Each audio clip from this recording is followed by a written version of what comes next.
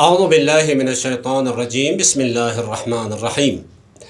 ربا اور سود سے بارے میں ہماری گفتگو کا سلسلہ جاری ہے۔ آج دوسرا دن آپ کے بارے میں آپ کی خدمت میں ربا قرضی کے بارے میں گفتگو کریں گے۔ پہلے ہم قرض کی تعریف، قرض یعنی لون کی تعریف کرتے ہیں، یعنی ضمانت کی شرط کے ساتھ اپنا مال کسی دوسرے فرد کی ملکیت میں دینے کو قرض کہتے ہیں۔ یہ نقطہ بہت ہی مہم ہے، یعنی کسی دوسرے کی ملکیت میں آپ دے دیں۔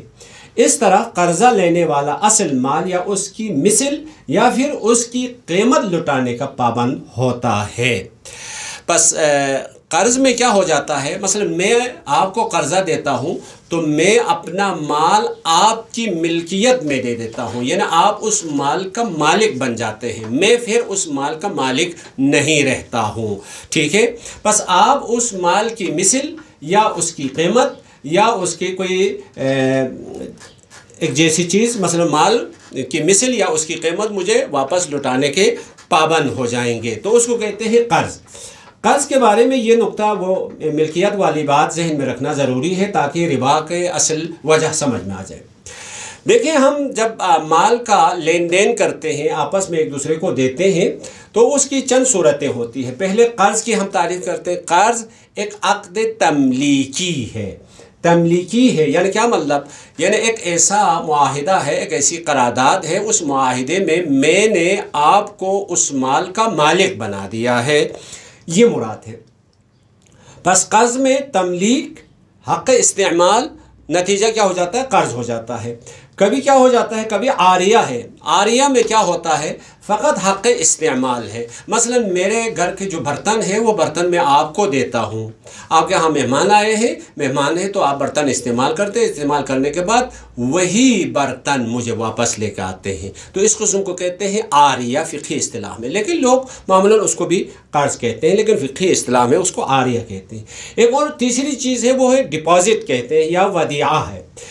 ودیعہ اور ڈپازٹ میں نہ تملیک ہوتی ہے نہ استعمال، بلکہ نگہداری ہے، جس کو ہم معمولاً امانت کہتے ہیں۔ مثلا میں اس مائک کو آپ کے پاس امانت کے طور پر رکھوں تو آپ امین ہیں، اور یہ مائک آپ کا مملوک بھی نہیں بنے گا، آپ اس کو استعمال بھی نہیں کر سکتے ہیں، آپ فقط اس کی حفاظت کریں گے۔ ایک اور طریقہ ہے، وہ یہ ہے رہن ہے، جس کو ہم گروی کہتے ہیں۔ گروی میں تملیک بھی نہیں ہوتی ہے اور استعمال کا حق بھی نہیں ہوتا ہے۔ جیسے میں نے آپ سے کوئی کرائے پہ یا کوئی چیز لی ہے یا کوئی قرض لیا ہے، تو آپ کہتے ہیں مجھے گروی میں کوئی چیز دے دیں، تو میں آپ کو کرائے پہ یہ گھر دے دوں گا یا کوئی یہ چیز آپ کو قرضے پہ دے دوں گا، تو میں گروی میں کوئی چیز آپ کے پاس رکھتا ہوں، تو یہ آپ کے پاس ہوتی ہے، لیکن آپ اس کے مالک بھی نہیں ہیں، آپ اس کو استعمال بھی نہیں کر سکتے ہیں۔ پس قرض کے بارے میں مختصر وضاحت کرنے کے بعد قرض کی خصوصیات ہے لون کی۔ پہلی خصوصیت یہ ہے، قرض کیا ہے؟ قرض عقد تملیکی ہے، یعنی اس میں مالکیت ہوتی ہے۔ دوسری خصوصیت، قرض عقد لازم ہے، یعنی معاہدہ انجام پانے کے بعد پھر جب چاہے آپ اس کو فسخ نہیں کر سکتے ہیں، ختم نہیں کر سکتے ہیں۔ تیسری قسم یہ ہے کہ ہر قسم کی شرط زیادہ حرام و ربا ہے۔ قرض ہو تو ہر قسم کی شرط، اگر آپ اضافے کی شرط لگائیں گے تو وہ حرام ہو جائے گا اور باطل ہو جائے گا۔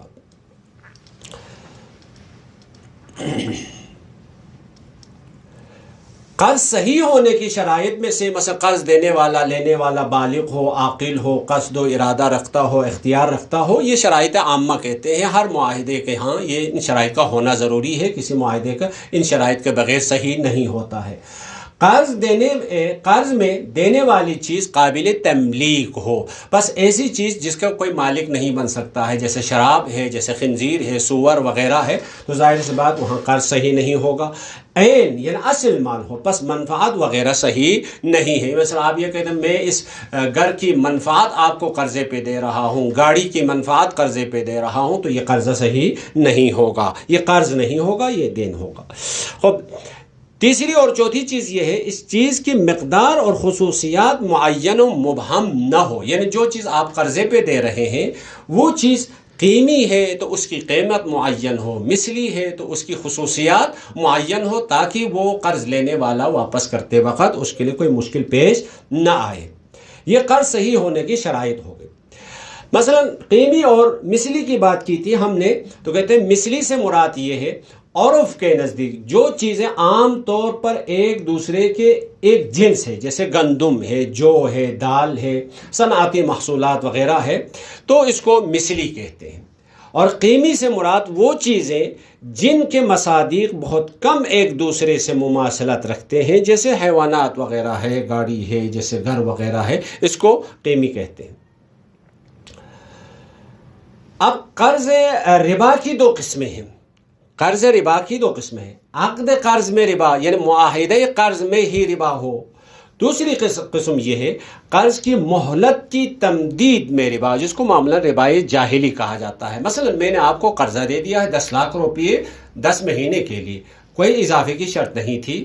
10 مہینے کے بعد آپ نہیں چکا سکتے ہیں، واپس نہیں لٹا سکتے ہیں، آپ کہتے ہیں 2 مہینے مجھے مزید فرصت دے دیجئے، تو میں کہتا ہوں 2 مہینے فرصت دے دوں گا، لیکن آپ 11 لاکھ واپس کر دیں، تو اس کو کہتے ہیں ربائے جاہلی ہے۔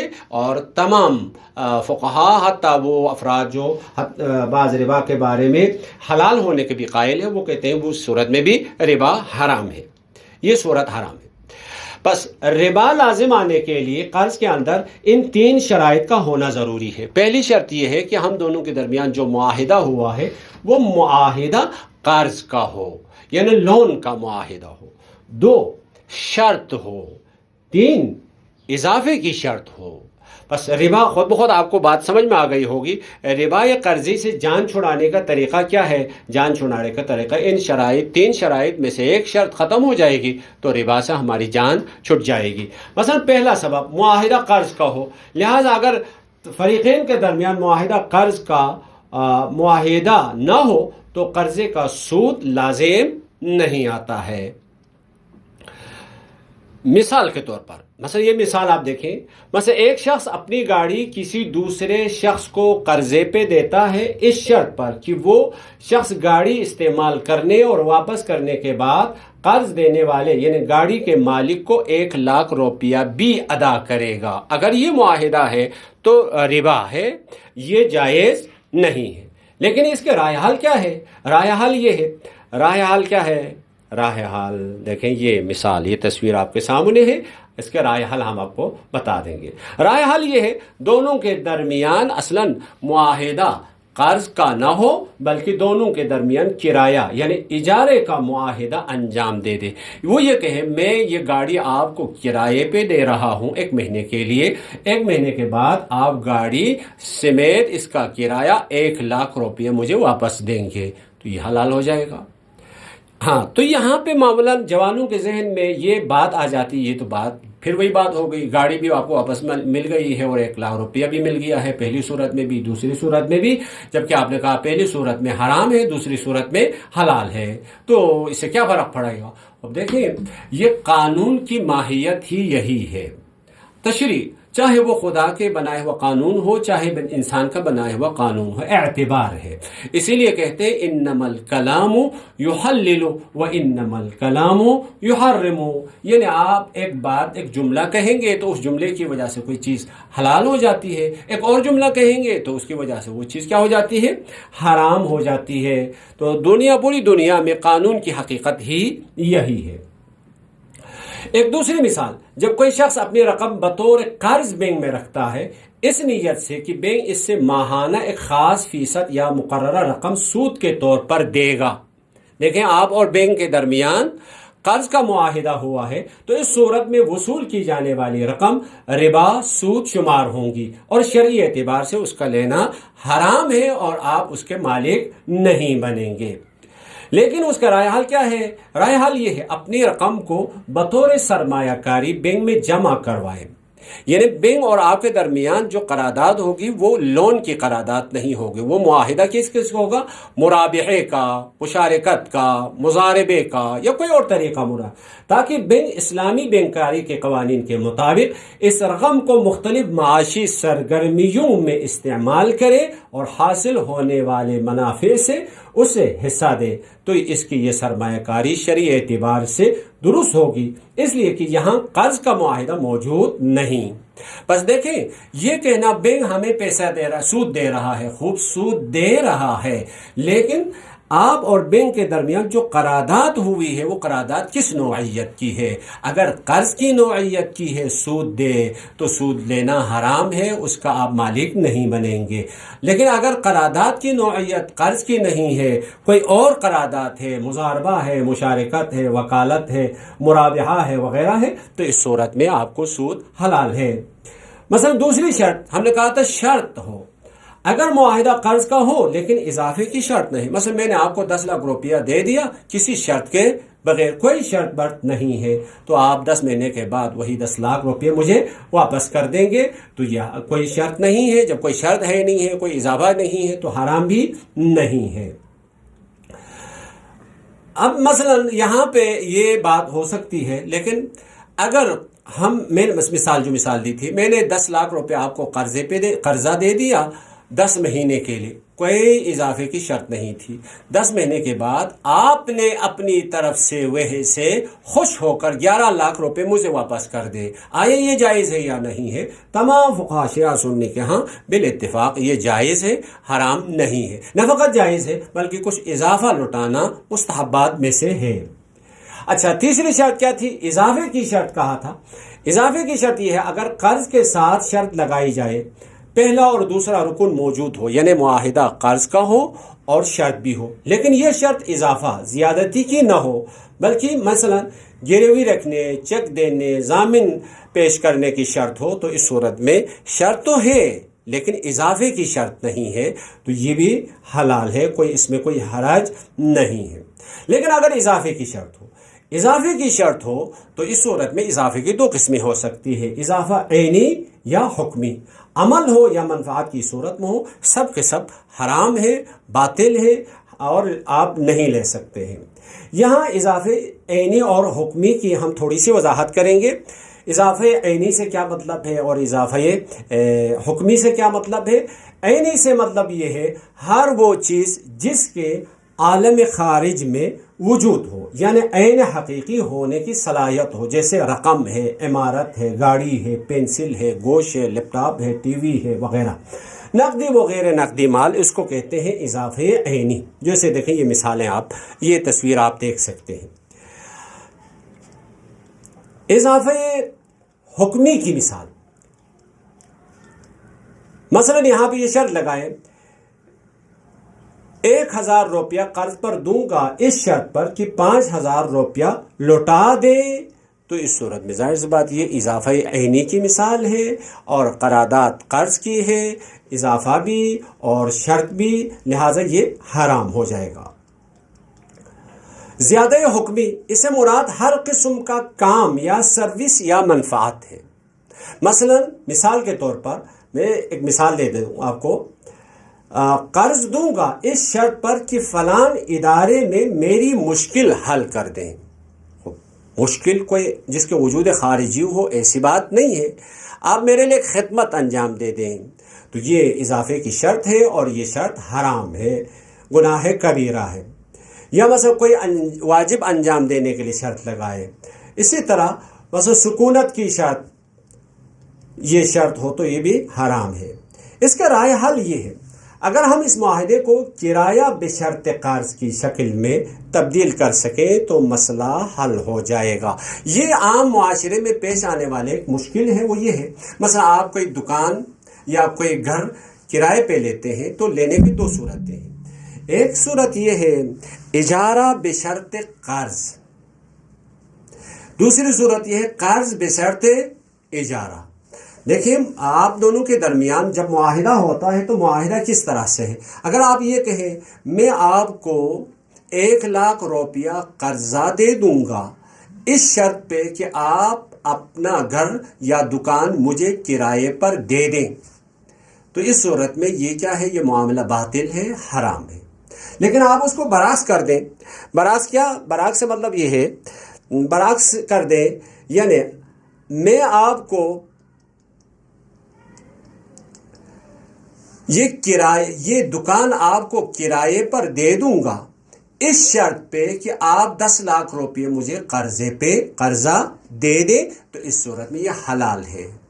دیکھیں یہ یہاں پھر بات تھوڑی سی آگے پیچھے ہو گئی ہے، وہ یہ ہے اگر آپ یہ کہیں میں آپ کو 10 لاکھ روپیہ قرضہ دوں گا، شرط یہ ہے کہ آپ دکان مجھے کرائے پر دیں، تو یہ حرام ہے، باطل ہے۔ لیکن برعکس کہیں میں گھر آپ کو کرائے پر دوں گا اس شرط پہ کہ آپ 10 لاکھ روپے مجھے قرضہ دے دیں، تو یہ حلال ہو جائے گا۔ وہی انما الکلام یحلل و انما الکلام یحرم، یہ حرام اور حلال وہی باتوں سے ہی مربوط ہے۔ اچھا، یہ گروی کا جو مال ہوتا ہے اس میں اگر یہ شرط رکھیں، یعنی اگر آپ کہیں کہ دیکھیں میں آپ کو قرضہ دے رہا ہوں، اس شرط پہ آپ نے جو گروی میں مال میرے پاس رکھا ہے اس کو میں استفادہ کروں، استعمال کروں، شرط ویسے ہی معاہدے میں لگائے تو اس صورت میں حرام ہے۔ لیکن آپ معاہدے میں نہ لگائیں بلکہ بعد میں اس سے اجازت لے لیں تو اس صورت میں اس کے کوئی اشکال نہیں ہے۔ ہاں، یہ اضافہ جب ہم نے کہا تھا وہ اضافہ یہ ہے، اضافہ قرض دینے والے کے حق میں ہو تو حرام ہے، لیکن لینے والے کے حق میں ہو تو حرام نہیں ہے۔ یہاں پہ کوئی یہ کہہ سکتا ہے، وہی کون ہو سکتا ہے خود لینے والے کے حق میں اضافے کی شرط کرے؟ ہاں، یہ کبھی ایسا ہو سکتا ہے۔ مثلا آپ کے محلے میں ایک جوان ہے جو بیکار ہے، کام نہیں کر رہا ہے، ویسے گھوم رہا ہے، تو آپ اس سے یہ کہیں دیکھیں مجھ سے 10 لاکھ روپیہ قرضہ لے لو، جاؤ کام کرو، 10 مہینے کے بعد 9 لاکھ مجھے واپس کر دے، 1 لاکھ تم رکھو۔ اگر اس قسم کی شرط ہے تو جائز ہے۔ بس اضافہ کس کے حق میں ہو؟ قرض دینے والے کے حق میں ہو تو اس صورت میں حرام ہے، قرض لینے والے کے حق میں ہو تو حلال ہے۔ لیکن کسی تیسرے کے حق میں ہو، یعنی میں آپ کو قرضہ دے دوں اس شرط پہ کہ آپ کسی تیسرے کے فائدے میں یا کسی تیسرے کے لیے کوئی خدمت انجام دے دیں، تو اس صورت میں یہ حرام ہو جائے گا اور باطل ہے۔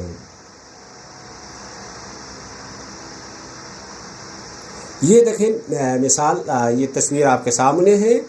مثلا آپ نے یہ پیسہ دے دیا ہے اور کہا کہ فلان کے کوئی مشکل آپ حل کر دیں، تو اس صورت میں یہ حرام ہو جائے گا۔ بس ربا یہ قرضے کی مختصر تعریف اور اس کی شرائط کے بارے میں ہم نے گفتگو کی۔ خدا کے بارگاہ میں ہماری دعا ہے ہمیں اس حرام سے نجات پانے کی توفیق عطا فرما۔